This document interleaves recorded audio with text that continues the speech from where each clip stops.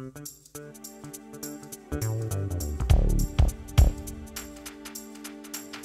everyone and welcome to FiST Chat, the vodcast that features discussions on the topics of film, science and technology. My name is Ben Warner and I'm joined once again by my good friend and colleague Steve Kern for our final episode of the year, and fittingly we're here together again. It's only the second time this year we've been able to be in the same place at the same time. It is wonderful, yes. Hello everyone out there in FiST Chat land. It's great to be here, Ben. Absolutely, and we'll cut to this while we're talking now, but we've got a fantastic view, even though you're probably not going to get as good a view as us. So we figured we'd finish the year with some predictions for next year. It was certainly an interesting year this year, but it's sort of set things up for a fairly interesting 2012, wouldn't you say? Absolutely. There are plenty of things we spoke about in FiST Chat this year that I think will really be followed up in 2012, and some very exciting stuff. Absolutely. Some of it terrifying. Well, shall we start with the terrifying, the old Mayan end of the world? I mean, this could be our last year coming up. This could be everyone's last year coming up. I think we might get to 100 episodes and then we'll be done. Well, that would be at least that would be a milestone for FiST Chat. I guess we've all seen the film 2012, if we were silly enough to, and we've seen the world crumble in a completely unrealistic way, and people in boats like Noah's Ark apparently survive.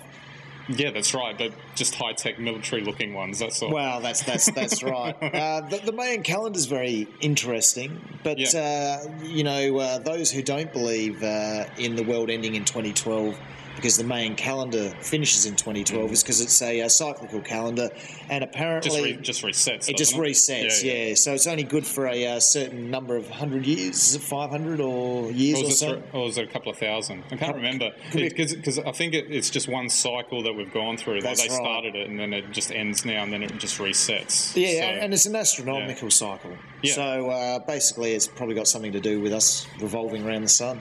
Or, as in 2012, the planet could start getting microwaved from the inside out and we could get earthquakes and whatever. But that has been happening. Maybe we better stop there and move on about some more exciting things that might happen. Absolutely. If we stick with films just for the time being, this is not so much a prediction because it's actually going to happen, but I'm kind of looking forward to the new Alien prequel, even though it's not going to have an alien in it, apparently. Really? No, it's just going to be how I think Ridley Scott in the movie Prometheus, of course, yes, is going to focus it on the space jockey in the first film. And if you haven't seen the preview, check it out. You'll be excited because it really harkens back to the original Alien in terms of the look. Yes. But with today's abilities to make those big screen images. Well, and is Ridley Scott involved again? Yeah, he's directing it. Well, then I cannot imagine a better film to look forward to in 2012. Especially, I mean, the original Alien scared the pants off me, and I would imagine that if it's got the original feel and that original sort of look, with, as you say, all the effects of today, 3D, Ben? Don't even get me started on 3D. This is my prediction for 2012. Can 3D, and if somehow they have a whole string of films that flop that are in 3D, I'll be very happy. I'll be very happy. And just as a sidebar, I saw The Adventures of Tintin last night, and there is no way that you need to see that in 3D. Very good film, just you don't need to spend the extra few bucks. Okay, moving on from that, one prediction I'll make is that we'll start to see prosumer cameras in 3D starting to come out next year. And I just wonder how many people will be taking 3D pictures of their holidays and things like that.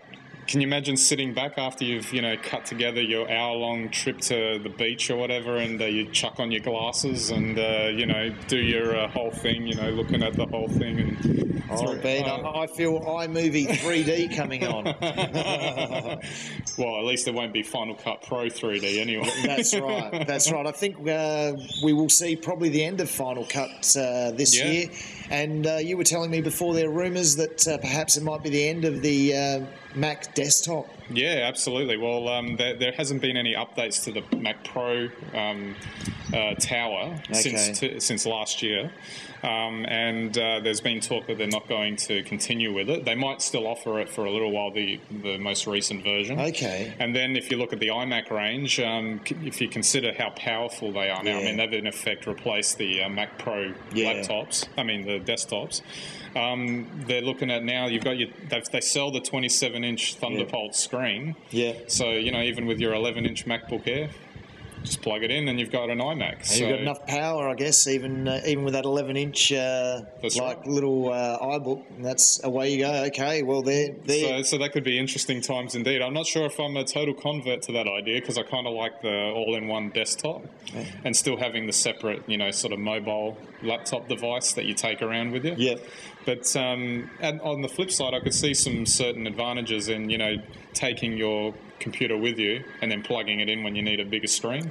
And, of course, wherever you go, somebody's providing you the biggest screen. Maybe even moving on from there, Ben, iPhone 5 will be out. That's right. It disappointed many that it didn't come out this year. We got the 4S instead, which is still very capable. Yeah. But it wasn't a 5. It didn't have the, whatever the 4-inch screen or whatever people were looking for. But I'm figuring it will be next year. But the thing is, Apple's thrown the whole release schedule out of whack. So... well, obviously to meet their own objectives. But, I mean, I think Samsung has just released a phone this Christmas with the funds transfer. The NFT technology. The NFT technologies, and obviously iPhone 5 will have that. I think, we've spoken about Siri this year and what a great advance it is. Obviously, Google's voice recognition software will probably take a step up, I would say, next year. But I don't see any big developments in the actual computing side of things, probably for a few more years. But I will go saying, looking 3 years ahead to 2015, I think we'll see some huge advances in artificial intelligence and primarily through voice recognition. Yeah, absolutely. You'll be able to see that, especially if they start entering into the living room, that sort of thing. You can already see with a lot of the Apple stuff too. You can use your phone as a remote control for like an Apple TV, that sort of thing. A lot of that's going to integrate a lot more, I think, over time, just like as you said. And I think that's what we as users of this technology will spend the next year or two doing, is actually integrating it into our lives so that we can use the power of it as it goes through its third and fourth generations in a few years' time. Absolutely. All right, maybe if we move on to some science stuff, if we start with, we had a couple of environmental episodes this year, so what about the old, will 2012 see us embracing climate change, for example? Well, I'm starting to believe we may never embrace the need to change because of climate change until it's probably far too late. Yeah. I think the meetings in Durban have shown that while people are now generally accepting of it, at least at a political level, no one can still really work out what to do, and that's a big problem. On that, though, I think we're going to start to see a lot of positive changes. I think we'll start to see full electric cars towards the end of 2012, possibly early 2013. Now, I hope they don't end up like the electric cars in the Simpson episodes. I'd like to think that we're technologically advanced enough to be ahead of that, but I think they'll find it very hard to be accepted. And I just hope that perhaps like they produce something good enough to help us move away from fossil fuels, because that to me doesn't seem to be occurring. Well, it's the whole environmental aspect, and I think we've been discussing this in the last couple of episodes, where basically if you want someone or people to embrace these environmental challenges, get people on board with this thing, you just got to make it as simple as possible. If you're getting around in your electric car, if you park it, plug it in, away you go, you're getting yourself charged up. Whether they introduce some system where you get charged per watt or something that gets charged, it's all along those lines. Well, the key would be if the governments were really serious, what they'd do is they'd subsidise people in electric cars, and if the makers, and they should be able to make cars that have great performance and are cheap to run, and if the government encouraged people to use those, that would be a positive step. But that's going to be very difficult, I think, to see that happening. Absolutely. I mean, for me, I'm predicting if we move along from that, that we're going to see some at least some more wacky science stories next year. We had a couple of good ones this year, and I'm looking forward to seeing some good ones. Well, I mean, before we go into the wacky ones, there's some big, crazy ones, which are still the Higgs boson. I mean, that won't be verified properly until next year, and we'll get an answer on those faster than light neutrinos. The other big one is February, or what's the date? 27th. Someone will be announced for the Square Kilometre Array telescope. And hopefully it'll be us. Yeah. Hopefully it'll be Australia. And then with that, we'll be able to see further into space than ever before. And we'll be able to find more of those alien worlds that Ben wants to visit. Exactly right. We just need a way to get there. Oh, but that's right. The Square Kilometre Array will allow us to just travel there in a pseudo kind of way. Absolutely. But talking about your crazy science stories, no doubt, I thought the big one of the year... I don't think the Mars 500 was crazy, but the big one apart from that was the scientist in the plastic box with plants. And I think that you're going to see more things like that next year. I think you're going to start seeing people do things like that, and that, at least, if nothing else, gets us very interested. And if we link that back to like technology and social media, that's just another forum for people to, I guess, get noticed with this sort of stuff. I think with the technology, YouTube and etc., and all these other formats, they just provide this platform for people to do this stuff and get noticed.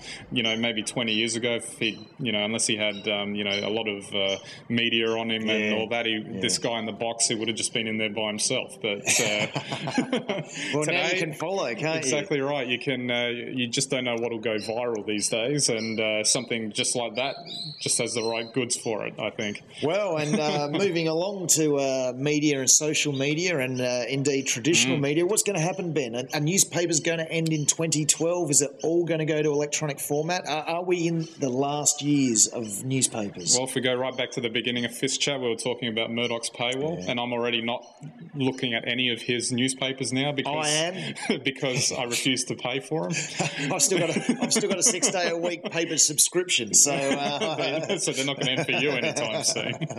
But it is an interesting thing whether, like for me, the news that you would get on one of those, maybe you're not going to get their point of view, but you're going to get the news from someone else for free somewhere. And that's kind of where I kind of sit with it. It will be interesting to see whether it works. I don't think it's things like watching movies or TV shows, that type of media, where you could conceivably see people paying for downloads or streaming or whatever. This is just bite-sized articles, in effect, if you compare it to that sort of media. Yeah. So whether people are willing to pay for it, who knows? Well, I do think it will start becoming a lot more electronic. Yeah, well, I do too, and I don't think there's any question of that. One thing that's very interesting, Ben doesn't want to pay, but there'll be plenty of social media gaffes and invasion of privacy stories to make up for that. Oh, you'll be able to read tabloid stuff as much as you want for free. Absolutely.